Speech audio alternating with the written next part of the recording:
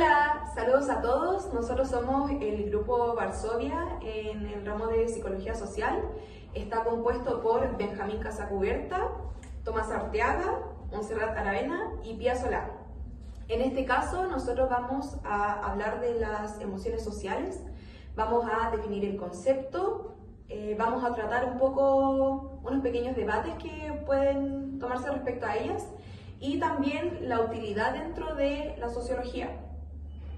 Para empezar como a definirla un poco, podríamos empezar hablando de qué son las emociones sociales, que serían básicamente las respuestas a interacciones humanas o sociales, que si bien son sentidas individualmente, cabe como adentrarlas dentro del mundo de algo colectivo. Claro, como en contraste con lo que se piensa normalmente de que las emociones son simplemente parte de nosotros y que se deben quedar en nosotros.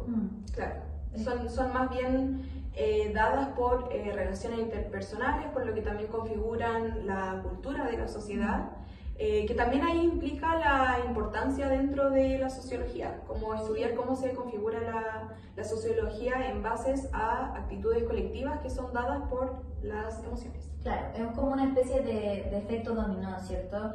El individuo tiene diferentes reacciones, el individuo tiene diferentes interacciones, por lo tanto esto crea la sociedad. La sociología lo que estudia es la sociedad, su evolución, su interacción, entre otros. Para irnos un poco más en lo académico, como sociales, en donde él lo plantea súper interesante, plantea un análisis sociopsicológico que está vinculado a la psicología social, es como que le cambia el orden. Claro. En donde plantea que las emociones son un componente necesario ante cualquier estudio social. Ante cualquier tipo de estímulo también. Claro. Las emociones como forma de comunicación para realizar representaciones como evaluativas dentro de la sociedad. Sí, las emociones son un factor importante para cómo existimos. Por ejemplo, los fenómenos sociales como son las marchas, las movilizaciones, todo lo que vaya en pos de un cambio afecta tanto a los individuos como los individuos afectan a estos. Por ejemplo, en el cambio climático, uno de los efectos que más como se considera normal para nosotros es que este nos genere como una sensación de culpa, de miedo, de impotencia que nos dificulta la lucha contra este. Claro. Pero también hay emociones como de optimismo y de, ¿cómo se dice?, de voluntad por hacer este cambio que moviliza a cierta gente. Es como una especie de esperanza. Claro. Como que los mueve la emoción social, que sería la esperanza, que finalmente está arraigada en el colectivo. Sí, eso se vincula harto con lo que también se habla en el texto que dije delante, que la significancia emocional la plantea desde dos visiones, la interpersonal y la cultural. En donde en la interpersonal habla de que los estímulos emocionales generan emociones, ¿cierto? Valga la redundancia, y las emociones las plantea como una herramienta mediadora. O sea, dentro de lo interpersonal, de las conversaciones, lo que yo voy sintiendo es como una especie de medio para la comunicación. Y ya después en lo cultural, lo plantea como una especie de condicionante. ¿Por qué? Porque no en todas las culturas las personas al crecer se sociabilizan de la misma manera.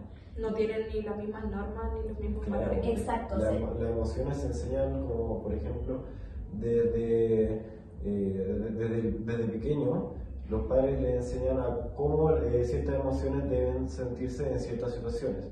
Y estas no se comparten en todas las culturas de la misma manera. Claro. Exacto. Sí. Bueno, como para hacer un énfasis en lo que acabamos de hablar con mis compañeros, es finalmente decir de que las emociones finalmente son transacciones entre personas y que no son simplemente algo que produzca un efecto en la conciencia privada, sino que, como dijimos, es algo colectivo, es una relación entre personas. Por lo que ya para entrar como de lleno a los otros textos y a dar ejemplos concretos, Por ejemplo, tenemos el texto de las movilizaciones estudiantiles de Montoni, en el que se destaca cómo las emociones estructuran el activismo radical, o sea, es decir, cómo los jóvenes de barrios populares se sienten atraídos por realizar actividades de alto riesgo, o sea, como cuáles son las emociones que los llevan a hacer una actividad de alto riesgo, algo que ponga en riesgo su vida, o sea, como que ellos desafían el orden establecido mediante estas actividades de alto riesgo. Dentro de lo que se plantea como algo importante y que como que complementa nuestra tesis de que en sí las emociones son colectivas, es que, por ejemplo, existe el compromiso militante radical. ¿A qué se refiere esto? Es que se define en función de las prácticas políticas que hacen uso de la violencia y la confrontación con la ley, lo que decía anteriormente como actividades de alto riesgo. Al hablar de compromiso radical, forma parte de una construcción de la identidad tanto propia como colectiva, por lo que esta construcción puede ser cuando los jóvenes aceptan el riesgo y lo hacen de una forma que corresponde a las expectativas de los actores populares que están dentro del colectivo y al mismo tiempo con los intereses de estos. Por lo que en este sentido esta práctica política transforma los objetivos de los jóvenes del barrio en objetivos colectivos, o sea, como lo dijimos, no son objetivos individuales, es un objetivo de un bien común. Por eso es que también se hace muy frecuente dentro de las marchas estudiantiles o las movilizaciones, más bien, o también como en el estallido social, como otro fenómeno, es muy frecuente la práctica del compromiso militante radical, como una experiencia colectiva que los mueve a llevar a cabo estas prácticas, se podría decir, peligrosas. Ahí igual entra un debate en el que, bueno, también lo plantea Parkinson, es que habla de que existen investigadores que argumentan que ciertas situaciones sociales, los comportamientos expresivos son imitados automáticamente. Entonces aquí el debate que se da dentro de los movimientos es, ya, yo realmente estoy siendo impulsada por mi impotencia ante lo político, o en verdad estoy simplemente imitando, porque la reciprocidad y el contagio social existe. Entonces, las respuestas no verbales interactivas era como lo que se planteaba también en el texto, de que había como dos formas de reaccionar ante un estímulo o ante la emoción de otra persona, que una era la reciprocidad o el efecto contrario. Claro, que eso plantea que igual se da en emociones más interpersonales. Hablando como relacionando el contagio emocional, puede ser más en lo macro y yendo más a lo micro, es un ejemplo súper claro, sería dentro de una amistad. Si a mi amiga le va súper bien, yo me voy a alegrar con ella y por ella, ¿cierto? Pero si yo veo que ella está triste, yo voy a responder con el estímulo contrario, que va a ser tratar de consolarla. Igual entra las emociones de la empatía, de la alegría, frente al pesimismo y la tristeza. Y al mismo tiempo ahí también, aparte de entrar a la empatía como una sensación, también entra lo que decíamos de lo cultural, que serían como las normas y valores también que son como enseñados. El hecho de sentir empatía por otra persona también puede ser considerado como un valor. Claro, y también depende, como decían, de que cuál es la relación entre los dos agentes. Por ejemplo, si son amigos, evidentemente va a haber una relación de emoción positiva, emoción negativa. Pero en el caso contrario, que sean, no sé, rivales, enemigos o como gente enfrentada, puede ser distinto. Como tú tienes una emoción positiva de alegría, yo me voy a sentir desgraciado porque encuentro que no me gusta que te sientas alegre. Claro. En el caso contrario de que tú te sientas triste, yo me voy a sentir alegrado porque te está yendo mal. Claro. Ahí también entra como el concepto de los grupos sociales, como de cuando hay dos grupos sociales en disputa. O sea, finalmente lo que estudia la sociología dentro de la sociología es también identificar de que dentro de la sociedad hay subgrupos y que estos subgrupos se configuran de una manera específica, ya sea en cuanto a ideologías, creencias, representaciones, normas, como dijimos, valores. Por lo tanto, también al tener un grupo social, está como más más presente esta respuesta de reciprocidad ante la emoción del otro, mientras que si nos ponemos a estudiar enfrentamientos entre grupos contrapuestos, va a existir esto que mencionabas tú como de la emoción contraria, de que al que el grupo contrario sienta quizás orgullo por algo, yo voy a sentir quizás desprecio, claro, por dar un ejemplo. Claro. Me gusta cómo lo planteas, porque la sociología estudia los subgrupos, los subgrupos están compuestos por individuos, entonces es como el debate ya, pero la sociología estudia la sociedad, ¿por qué vamos a centrarnos en las emociones? Claro. Entonces, ¿qué es lo que nos llevaría a nosotros como qué es lo que impulsaría a la sociología a estudiar algo tan específico, si lo que Claro. estudia la sociedad? Claro. Es que yo creo que tiene que ver con cómo las emociones influencian nuestros actuales y por consiguiente cómo las emociones afectan nuestras interacciones con cada uno. Como decían, de que las emociones son como recíprocas y que una puede hacer una reacción en cadena con la otra. Son un factor que se tiene que estudiar como que desde un sociólogo cuando hace un estudio de este calibre. Sí. Pues hay diferentes variables en las que hay que... Igual se ha intentado sacar la emocionalidad de las ciencias sociales. Claro, es que finalmente es entender de que los fenómenos sociales están compuestos por muchos factores, por el mismo hecho de ser de carácter social. Y al ser de carácter social, una parte importante son las emociones sociales porque llevan a realizar al colectivo distintas acciones que pueden, como tú lo mencionaste en un principio, generar cambios sociales. De ahí nace la psicología social, o a algunas personas les gustaría llamarlo microsociología, estudiándolo como desde el individuo, desde lo micro a lo macro. Claro, desde las relaciones más cercanas como las amistades o el trabajo o el grupo, ¿no? Claro. Sí. Hablemos un poquito como de teorías.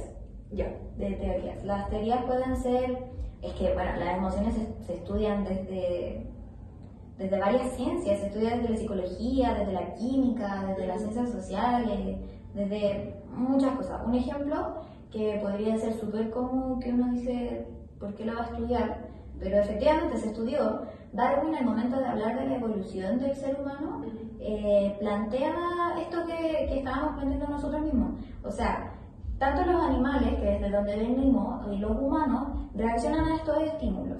Y él planteaba específicamente 5 emociones, así como la película Intensamente, planteaba 5 emociones básicas en las que el ser humano se podía ir moviendo. Claro, y luego, después de los años que pasan, se han generado más respuestas y teorías respecto a las emociones, como por ejemplo de Bucci, que habla de que no son solo 5 emociones, sino que entre estas 5 emociones hay relaciones y que se genera como una gama entre ellas, mientras que, por ejemplo, las emociones que tienen menos energía se encuentran más cerca de como esta gama, como más en el centro, mientras que las que son más energéticas, como la rabia, la alegría, no sé, el egoísmo, entre otras cosas, se encuentran más alejadas de esta gama. Claro. Por otro lado también, como mencionabas tú, como del lado de la ciencia química, Löfgren también como que discrepa un poco con esa teoría y él postula que las emociones sociales finalmente son como, o las emociones en sí, son finalmente simplemente una forma de exteriorizar secreciones hormonales, como un proceso simplemente biológico. Así como bien psiquiátrico. Claro, como no tan profundizado dentro de como un fenómeno social. Pero igual es interesante, porque si lo lleváis desde ese sentido, primero se formaliza que no hay solo 5 emociones, sino que hay muchas, es una gama, esto es una ramificación, claro. Y después dentro del estudio humano, o como neurológico se podría decir, entran como las secreciones, entonces se va estudiando la emocionalidad de diferentes ciencias, que después de todo llegan a lo social. Claro. O sea, hoy en día la salud mental es súper hablada, y entra lo psiquiátrico y lo psicológico, ¿cierto? Sí. Entonces, la salud mental es estudiada dentro de la sociología, ¿cierto?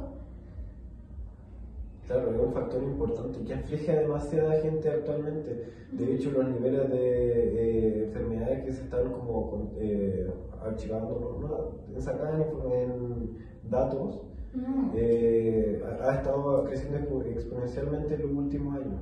Esto puede ser debido a varios factores que se generan entre las relaciones entre seres humanos y cómo la sociedad está estructurada actualmente. De esa manera se puede ver. Y eso mismo que decías tú del crecimiento exponencial puede ser considerado como una problemática estudiada desde la sociología. Sí, puede ser una sociología mucho más cuantitativa, claro. Se puede mostrar en datos. Claro. Sí. Entonces, la función tomándolo un poco como de los conceptos que trabaja Parkinson, las emociones son vistas como una herramienta de interacción, una herramienta social. Entonces yo creo que todos concluimos en que si la sociología estudia las variables dentro de cómo evoluciona y de cómo interactúa la sociedad, también debería estudiar la variable de por qué el individuo interactúa como interactúa. Claro, y las emociones cómo afectan a estas interacciones que estáis mencionando. Como un factor importante de distintos procesos, ya sea históricos, ya sea llevados totalmente a como un fenómeno social, cambios políticos, ya sea, creo que se puede estudiar desde la sociología, pero también como desde distintos campos también. Es muy interesante hacer este tipo de análisis sociopsicológicos de los que hablábamos antes. Este sería nuestro intercambio de ideas. Lo que tuvimos aquí finalmente dejó más claro nuestra concepción sobre las emociones sociales y esperamos que esto también sea provechoso para ustedes. Así que muchas gracias por escucharnos. Muchas gracias. Adiós.